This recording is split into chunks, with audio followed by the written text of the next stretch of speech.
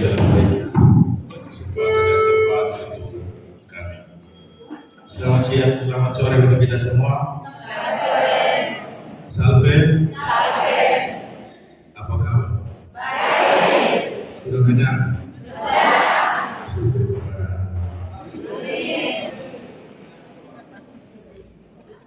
yang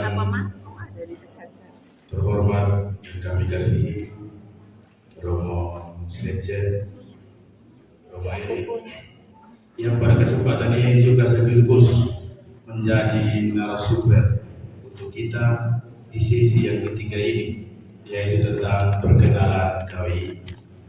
Yang kami hormati juga para imam, romo, pater, para frater, suster, diakon, para pengurus DPP, DPS, para ketua KB, para kelompok kategorian, Liga Maria, OMK, TSTN, dan kita semua yang hadir pada kesempatan yang berahmat di sore hari ini. Sekali lagi, salve. Salve. Salve. Salve.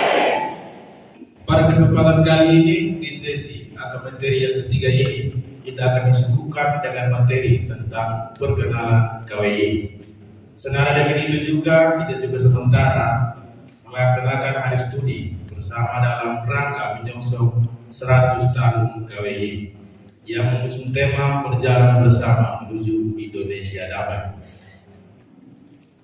Oke, untuk tidak memperpanjang kata, waktu seluasnya saya persilakan kepada Romo Eri Fukun, Romo Sekjen, untuk memaparkan materi tentang perkenalan KWI. Silakan. Baik, terima kasih Romo Moderator. Sekali lagi selamat sore. Masih semangat? Baik, terima kasih. Baik, Bapak Ibu, para Romo, para pater, suster yang hadir dalam hari studi Konferensi Wali Gereja Indonesia tingkat Keuskupan Tuban wilayah Timur Tengah Selatan. Baik, saya sedikit menyampaikan perayaan 100 tahun KWI yang sedang kita selenggarakan bersama di tingkat keuskupan masing-masing sesuai dengan keputusan dari para uskup. Sidang Konferensi Wali Gereja Indonesia mengangkat tema berjalan bersama membangun gereja dan bangsa. Berjalan bersama membangun gereja dan bangsa. Tetapi tema ini kemudian dikembalikan kepada masing-masing keuskupan untuk nanti disesuaikan dengan kondisi atau situasi keuskupan masing-masing. Sehingga oleh karena itu Bapak Uskup mengambil tema kita di Keuskupan Agung Kupang, yaitu tentang berjalan bersama. Berjalan bersama. Baik para imam, saya berdiri saja. Para imam, para hibati, Bapak Ibu, orang muda, para katekis yang terkasih, pada sore hari ini saya akan membawakan materi tentang pengenalan Konferensi Wali Gereja Indonesia. Baik, jadi sesungguhnya bahan ini merupakan bahan dari Sekretaris Eksekutif Konferensi Wali Gereja Indonesia, Romo Paulus Siswantoko atau Romo Koko, yang kemudian diberikan kepada saya. Kemarin beliau hadir di Kupang, lalu kemudian menyampaikan tentang KWI ini, dan juga bahan itu diberikan kepada saya, kemudian saya menyampaikan kepada dua wilayah yang lain, yaitu di wilayah ETS dan juga di wilayah Alor nanti. Sehingga kalau sebentar ada yang bertanya silakan, tetapi pertanyaannya yang bermartabat. Karena saya bukan kerja di KWI. Ya. Saya bukan berkantor di KWI, saya berkantor di keuskupan. Baik, yang pertama kita akan berbicara tentang 4 hal dalam KWI ini. Apa itu KWI? Apa itu KWI? Lalu yang kedua tentang jejak-jejak 100 tahun KWI. Yang ketiga tentang buah-buah dari KWI, dan yang keempat tentang kantor KWI. Ada yang sudah pernah lihat kantor KWI? Romo nafsu, Romo Ciko bilang Romo nafsu. Ini Wali Gereja Indonesia. Jadi KWI itu adalah perhimpunan para uskup, persekutuan para uskup, atau yang biasa disebut dengan kolegialitas para uskup. Kolegialitas para uskup yang kemudian membangun sebuah persekutuan bersama untuk kemudian bersama-sama berjalan bersama seirama, berkesinambungan untuk melakukan tugas-tugas secara terpadu, tugas-tugas pastoral secara terpadu. Konferensi Wali Gereja Indonesia, para uskup di seluruh Indonesia. Jadi di Indonesia ini ada 37 keuskupan. 37 keuskupan, 10 keuskupan agung dan 27 keuskupan sufragan. Ada 37 keuskupan di Indonesia. Lalu siapa saja yang menjadi anggota KWI? Yang menjadi anggota KWI adalah para uskup. Para uskup yang masih aktif. Lalu kemudian juga para imam juga dilibatkan. Lalu juga para uskup emeritus. Para uskup emeritus itu adalah anggota KWI, atau seperti kita akan lihat yang disebut dengan presidium KWI. Terdiri dari ketua, wakil ketua, sampai kepada anggota dan komisi-komisi di situ. Baik, yang berikut kita lanjut.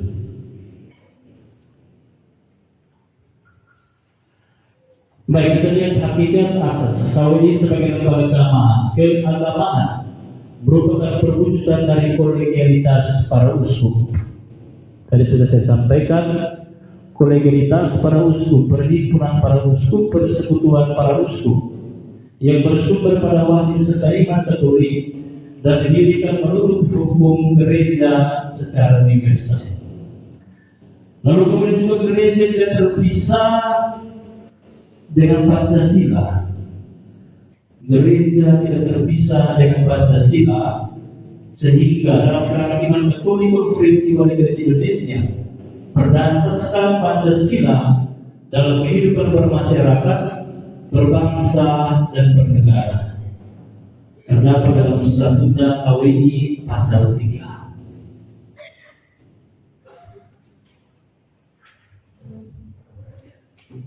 Ya, ini para uskup bisa kita perhatikan di depan, itu juga ada di foto ini.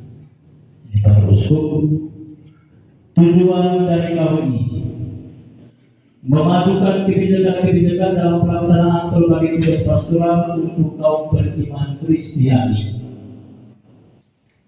Jadi setiap kali kalau kita lihat perjumpaan atau pertemuan para uskup di Jakarta, itu di sana mereka membahas tentang banyak hal yang akan dimunculkan dalam nota pastoral.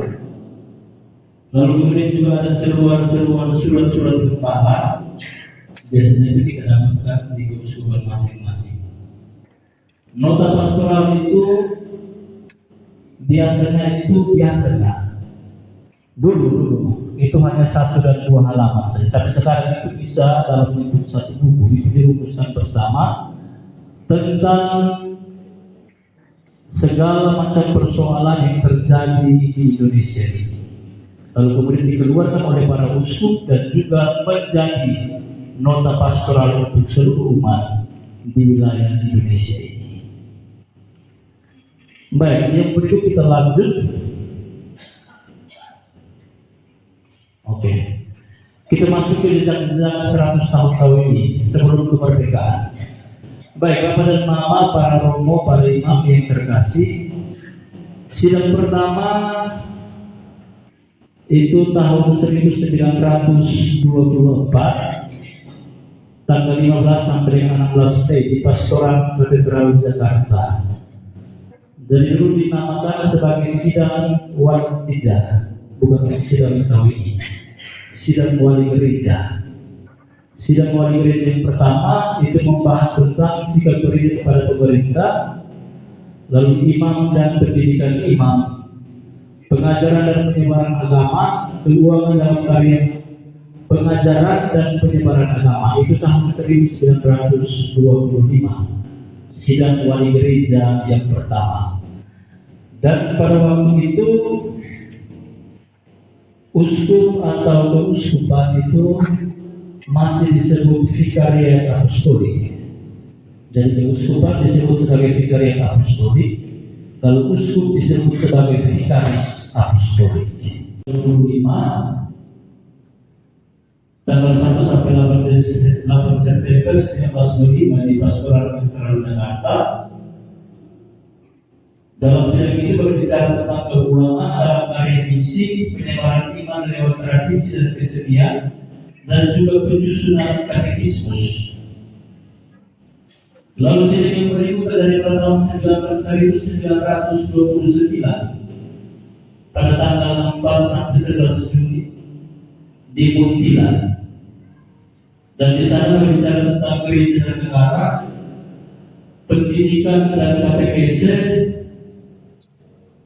undang-undang perkawinan, pers dan radio, lalu hubungan dalam masalah Katolik. Baik, saya kembali lagi ke bagian awal.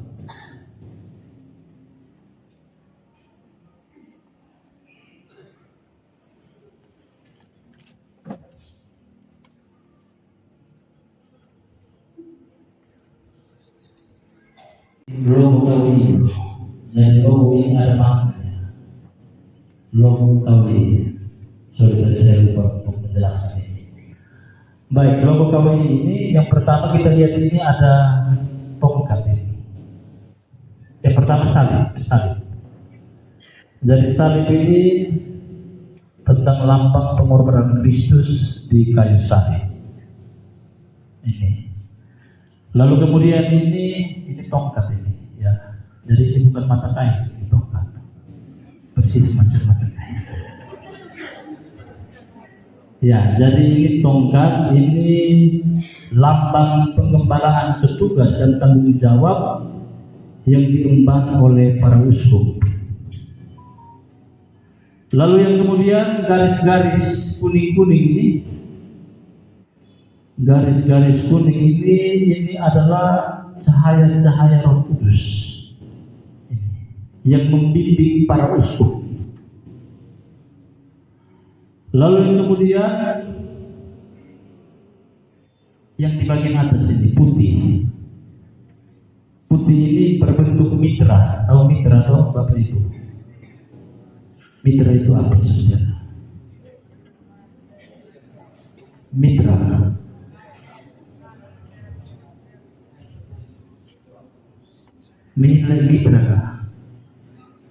Mitra. Ini sebagai bahasa Spanyol lagi. Mitra. Mitra itu topi usuk.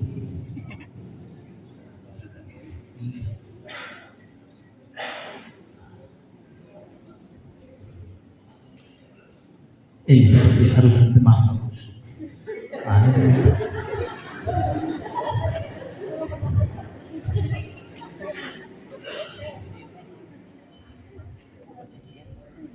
Jadi ini mitra. Lalu yang berikut warna biru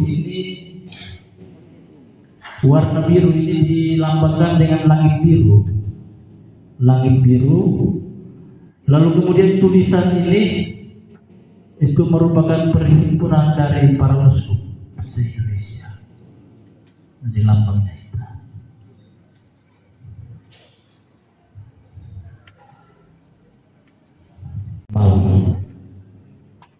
Majelis Agung Wali Gereja Indonesia, itu yang kita sebut dengan MAWI. Itu terjadi pada tanggal 15 sampai dengan 26 Oktober 1966 di Minnesota.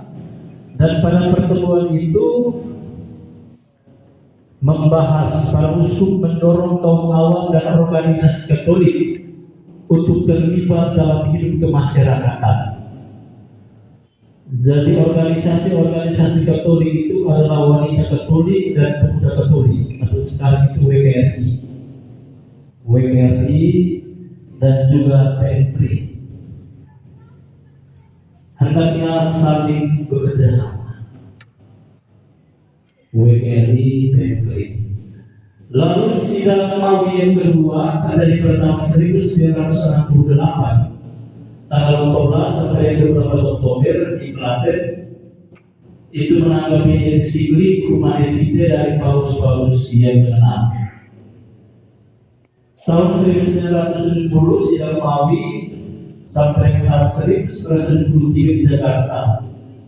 Sidang di kantor wali gereja terbentuk Sekretariat Jenderal PSDM-PU.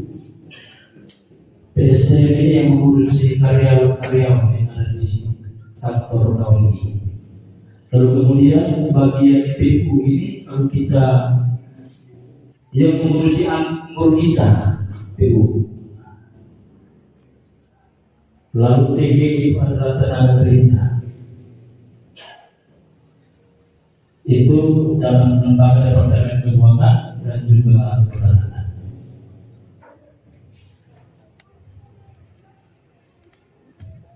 Baik, Bapak Ibu, para imam yang terkasih, para bupati, yang perlu kita lihat ada 3 macam sidang KWI. Yang pertama kita kenal dengan Saki Sidang Agung Gereja Katolik, dan sidang ini biasanya terjadi selama 5 bulan sekali, selama 5 tahun sekali, 5 tahun. Tahun yang terakhir kemarin itu tahun 2015, tahun 2020 tidak diselenggarakan karena COVID. Jadi mulai berlangsung tahun depan 2025 itu akan diadakan sidang Agung Gereja Katolik Indonesia. Jadi terjadi setiap 5 tahun, yaitu Presiden KWI. Ketua KWI, wakil ketua, sekjen, dewan moneter, dan para ketua komisi atau delegatus. Itu terjadi setiap 3 tahun sekali.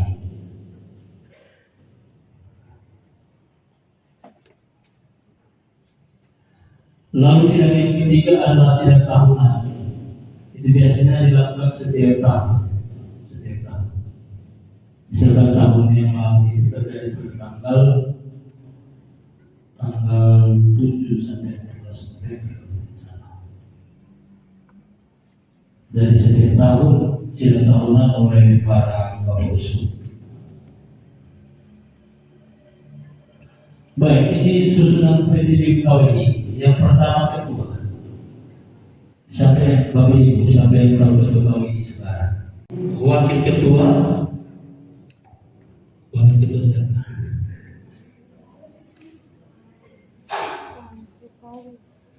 Kalau tidak tahu kita lanjut ya wakil ketua.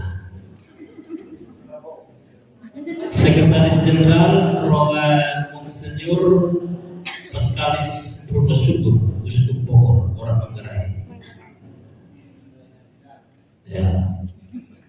Lalu kemudian anggota-anggota itu perwakilan dari masing-masing provinsi gereja ini yang belum terwakili dalam diri ketua KWI, wakil ketua, sekjen, dan bendahara. Baik, yang berikut kita lihat tugas presidium.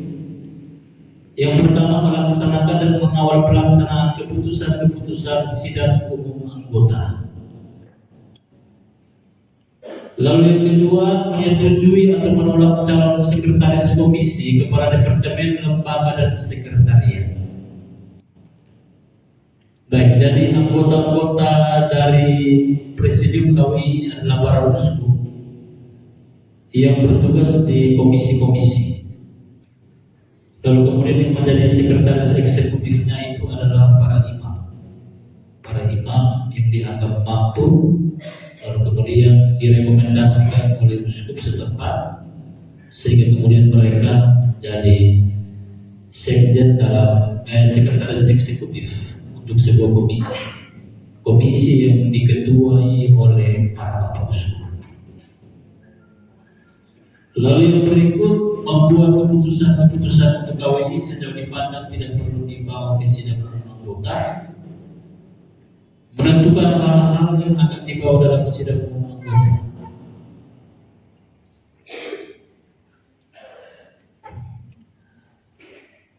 Yang berikut kita masuk ke dalam relasi KWI dan keuskupan. Jadi relasi KWI dan keuskupan adalah relasi koordinatif, bukan subordinatif.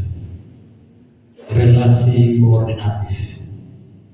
Jadi sebenarnya setiap keuskupan itu mereka otonomi masing-masing, punya otonomi masing-masing, sehingga mereka langsung berhubungan dengan takhta suci, tidak ke KWI, jadi langsung ke takhta suci. Sehingga untuk KWI ini hanya koordinasi saja, jadi hubungan koordinatif, bukan subordinatif. Misalkan keuskupan A, keuskupan B, keuskupan C, dan lain sebagainya.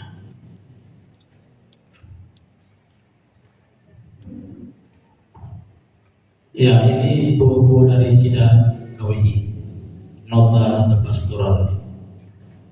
Ini kita bisa lihat bersama.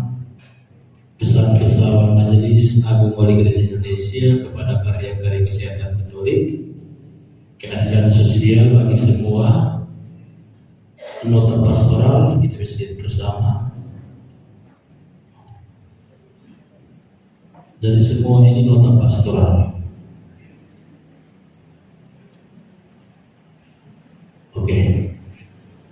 Lalu berikut kita masuk pada buah-buah dari sidang KWI. Yang pertama, pesan sidang KWI 2023 yang kemarin, berjalan bersama menuju Indonesia damai. Berjalan bersama menuju Indonesia damai. Dan ini tentunya disampaikan kepada seluruh umat untuk mengantisipasi pemilu yang baru berlalu beberapa minggu lalu. Lalu kemudian juga persaudaraan insani untuk Indonesia damai juga yang sama pada tahun 2019 mengantisipasi pemilu. Bapak Uskup mereka mengeluarkan mereka buah-buah dari sidang KWI disampaikan kepada seluruh umat. Lalu tahun 2018 panggilan gereja melindungi hak asasi manusia dan juga panggilan gereja membangun tata dunia.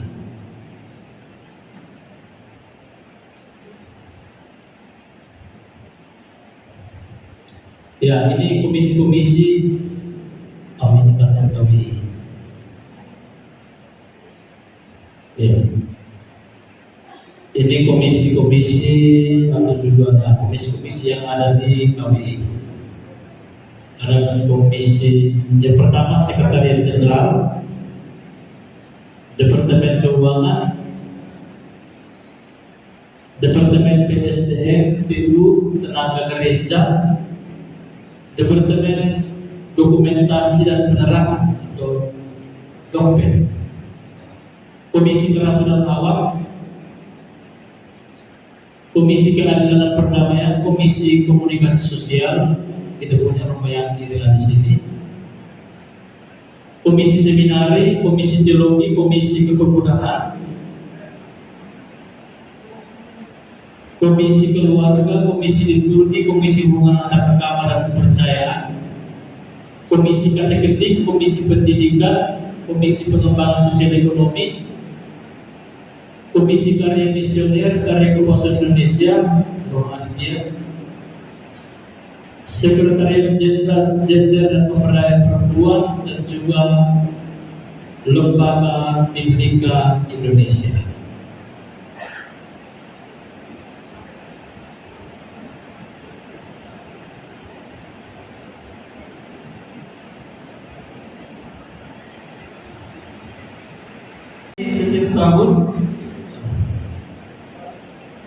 Sidang KWI setiap tahun yang diikuti oleh para Bapak Uskup yang masih aktif dan juga emeritus. Yang masih aktif dan juga emeritus. Dan sidang ini biasanya berlangsung selama 10 hari. selama 10 hari. Dan ada 2 agenda yang dibicarakan dalam sidang itu. Yang pertama itu 3 hari pertama adalah hari studi. 3 hari pertama adalah hari studi. Lalu kemudian juga karena biasanya sidang itu berlangsung pada bulan November, biasanya setiap tahun. Itu yang kemudian selain 3 hari pertama adalah hari studi, juga pesan Natal bersama KWI dan juga PGI. KWI dan PGI biasanya kita ada pesan-pesan Natal dari KWI dan juga dari PGI. Jadi saling bergantian. Jadi kalau misalnya draft itu dari KWI, berarti dicermati oleh PGI lalu dikeluarkan bersama seperti itu. Lalu berganti-gantian.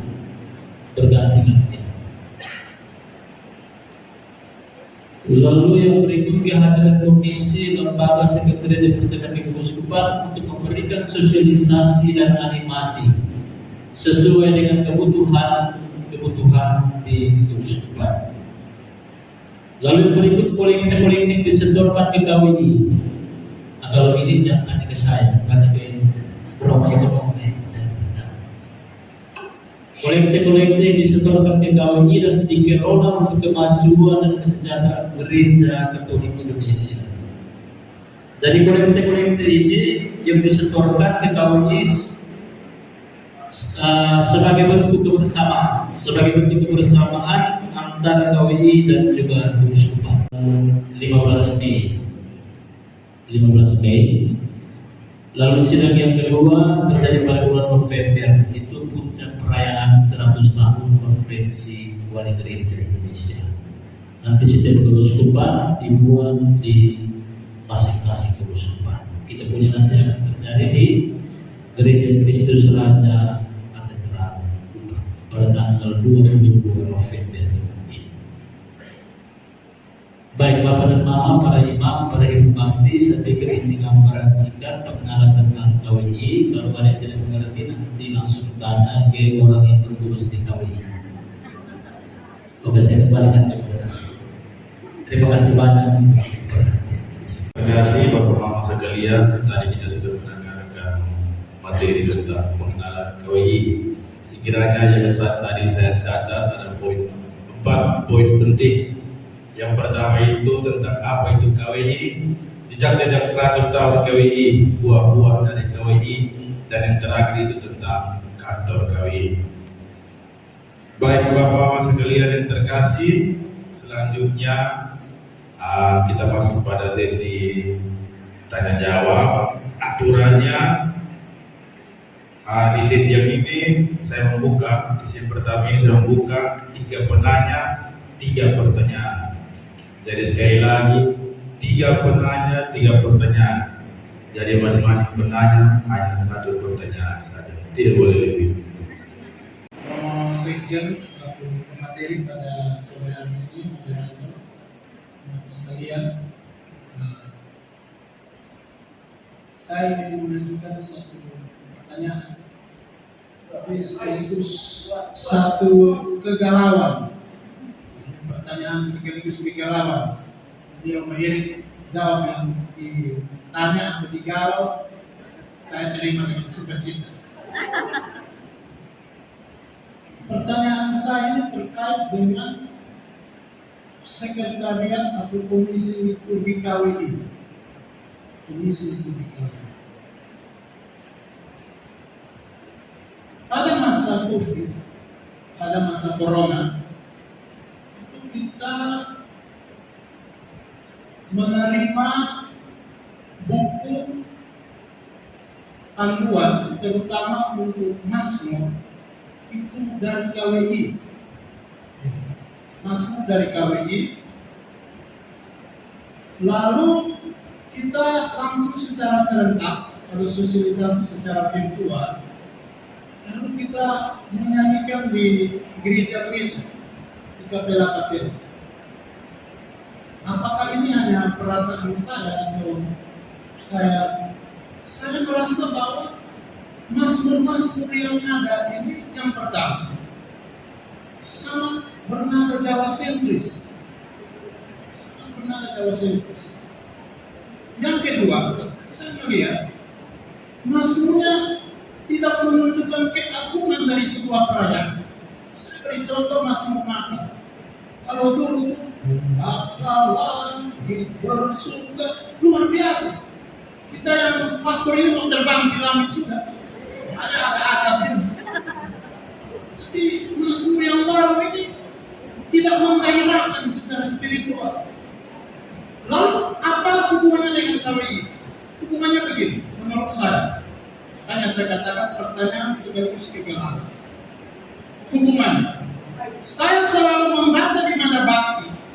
Setiap lagu yang dikeluarkan oleh KWI melalui yang namanya logo PML, Loka Karya Musik Liturgi Konferensi Wali Gereja Indonesia. Terima kasih. Dan itu melibatkan semua orang-orang yang memiliki keahlian dalam musik liturgi, baik di Jawa maupun di NTT. Karena kita di NTT ini juga banyak ahli musik liturgi. Karena itu pertanyaan saya, apakah kita harus terus memakai buku mazmur ini?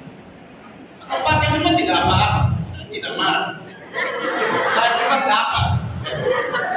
Tapi bahwa itu kegalauan hati karena perasaan spiritual, sense of spiritual terhadap perayaan dalam mazmur, saya rasa tidak mewakili sebuah perayaan besar.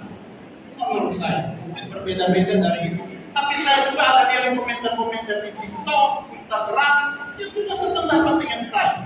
Kalau kita melalui logo PML, logo musik liturgi, logo karya, yang melibatkan semua ahli musik liturgi baik dari NTT, Papua, Jawa, kan waktu itu corona.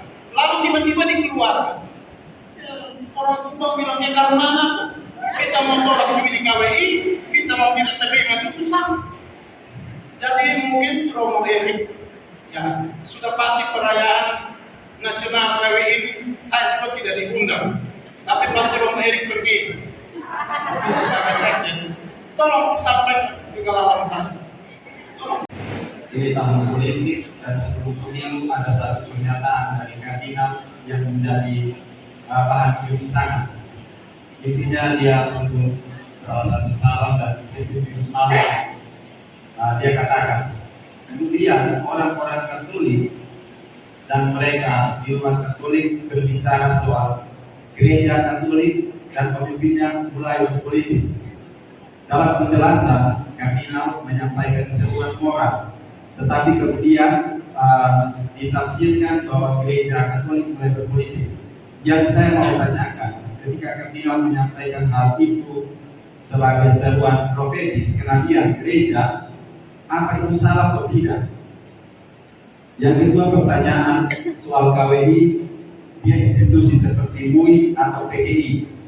Banyak kenyataan di Indonesia, misalkan saya beri contoh, izin membangun gereja itu tidak segampang membangun masjid.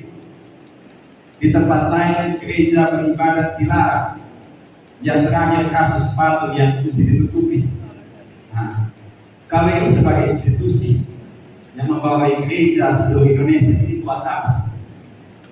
Terakhir yang salah seorang pastor yang berjuang untuk human trafficking di Kalimantan, seolah-olah dia berjuang sendiri tanpa gereja yang lebih luas yang dibawai oleh KWI berjuang bersama ini. Ya, itu saja pertanyaan saya. Ini perkenalkan saya masih dalam aturannya satu penanya satu pertanyaan. Tapi rasa-rasanya kalau saya tidak ungkapkan saya tidak tidur malam ini.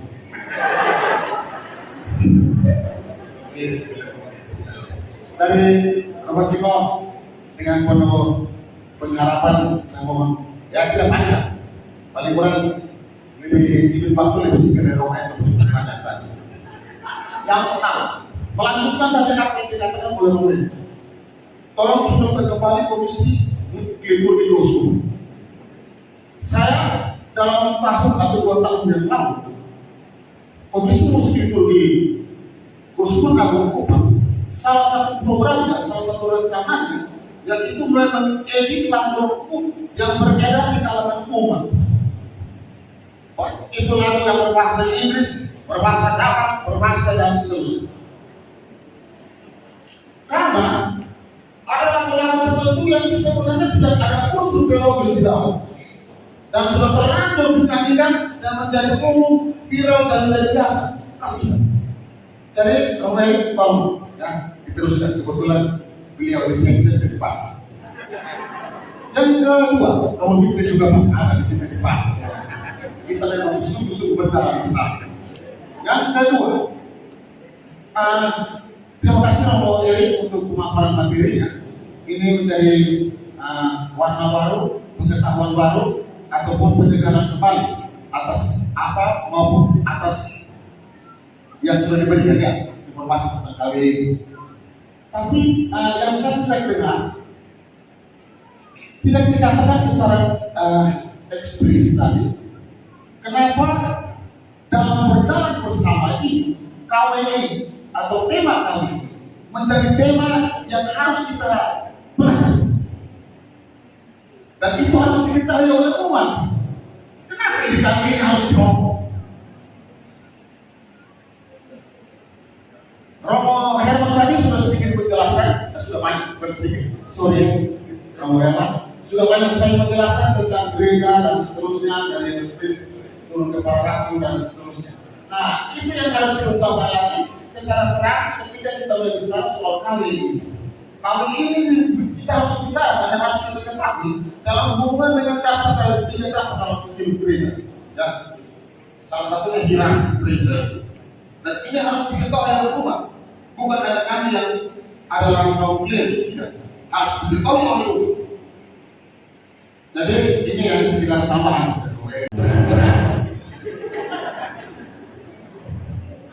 Ini berat. Baik, saya coba menjawab yang pertama itu dari Romo Ento tentang kegalauan lagu Mazmur yang dibagikan atau dinyanyikan saat COVID sampai dengan hari ini masih Jawa sentris ya, buku Mazmur baru. Baik, untuk Romo Ento di dalam konferensi Wali Gereja Indonesia itu kan kita sudah tahu ada komisi-komisi yang menangani itu. Tetapi untuk seperti ada perubahan-perubahan atau juga ada sesuatu yang mendesak, itu biasanya juga tidak dikomunikasikan kepada komisi liturgi setempat atau juga dikomunikasikan kepada muslim di setempat, tapi tidak menyampaikan atau juga mensosialisasikan kepada umat. Mengapa harus Jawa sentris, lagu-lagunya harus sekian dan sekian. Ya. Jadi kan ini mesti menjadi tanggung jawab dari komisi liturgi. Ya. Dalam hal ini kalau komisi liturgi kita di sini Romo Johannes Rusai. Ya memang buku Mazmur itu adalah buku Mazmur yang baru. Romo Ento apa semua kan?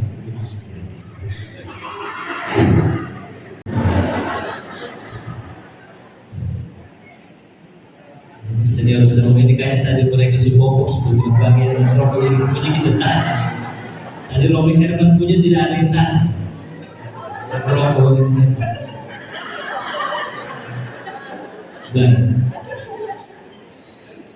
untuk pernyataan dari Uskup Agung Jakarta atau Kardinal Ignatius Suharyo, memang kemarin itu viral sekali, kita bisa melihat atau juga mendengar dibagikan di media-media sosial.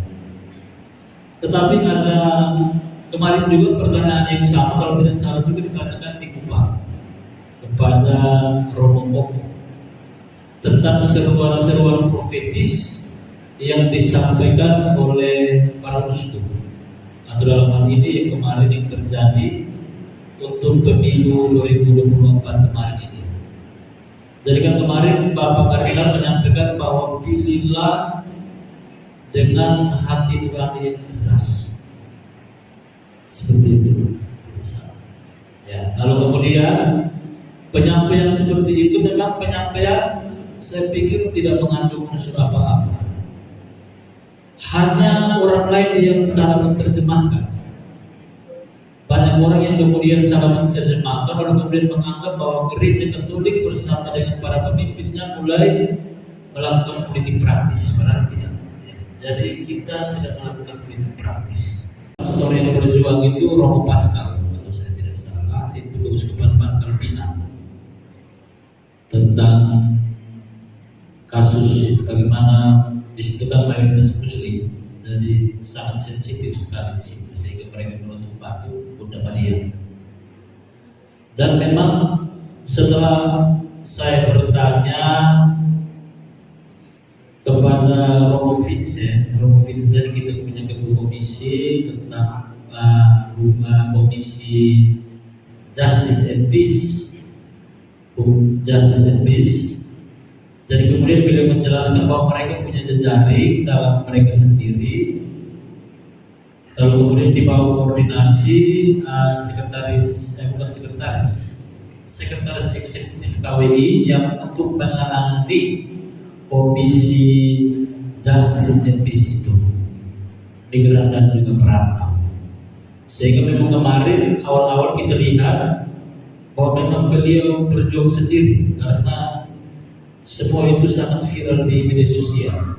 Tetapi ternyata setelah saya tanya di Romo Vincent itu dia menjelaskan seperti itu. Jadi beliau tidak berjalan sendiri. Intinya beliau tidak berjalan sendiri. Jadi semua itu dikomunikasikan kepada Bapak Uskup, lalu kemudian juga kepada komisi-komisi yang ada di keuskupan masing-masing, supaya kemudian berjalan bersama untuk memerangi sikap yang dilakukan oleh agama yang lain kepada kita, seperti itu.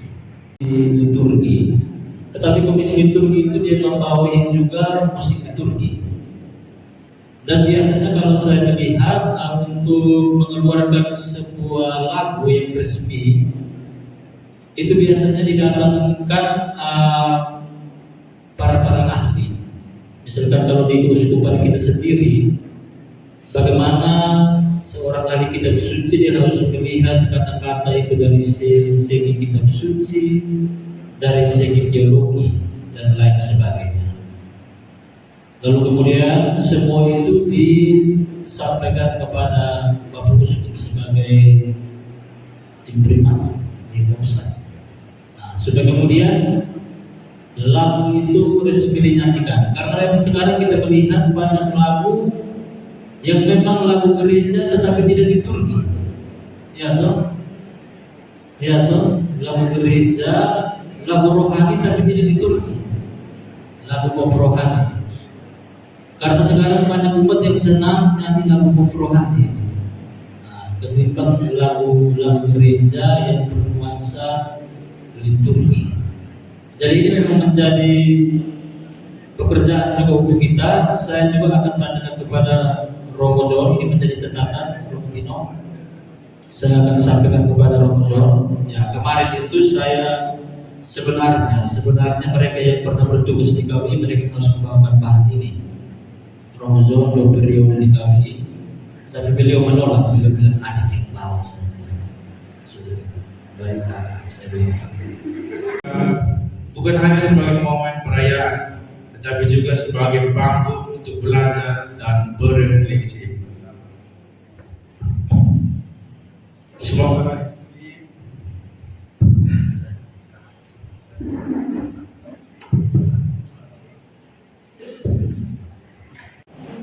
Semoga hari studi saudara KWI ini menjadi titik awal bagi lebih banyak inisiatif positif dalam menyambut masa depan gereja Katolik di Indonesia. Sekali lagi banyak terima kasih untuk Romo Sekjen, Romo Erik yang telah membawakan materi tentang pengenalan KWI ini, dan kita semua yang telah berpartisipasi dalam sesi yang ketiga tentang pengenalan KWI ini.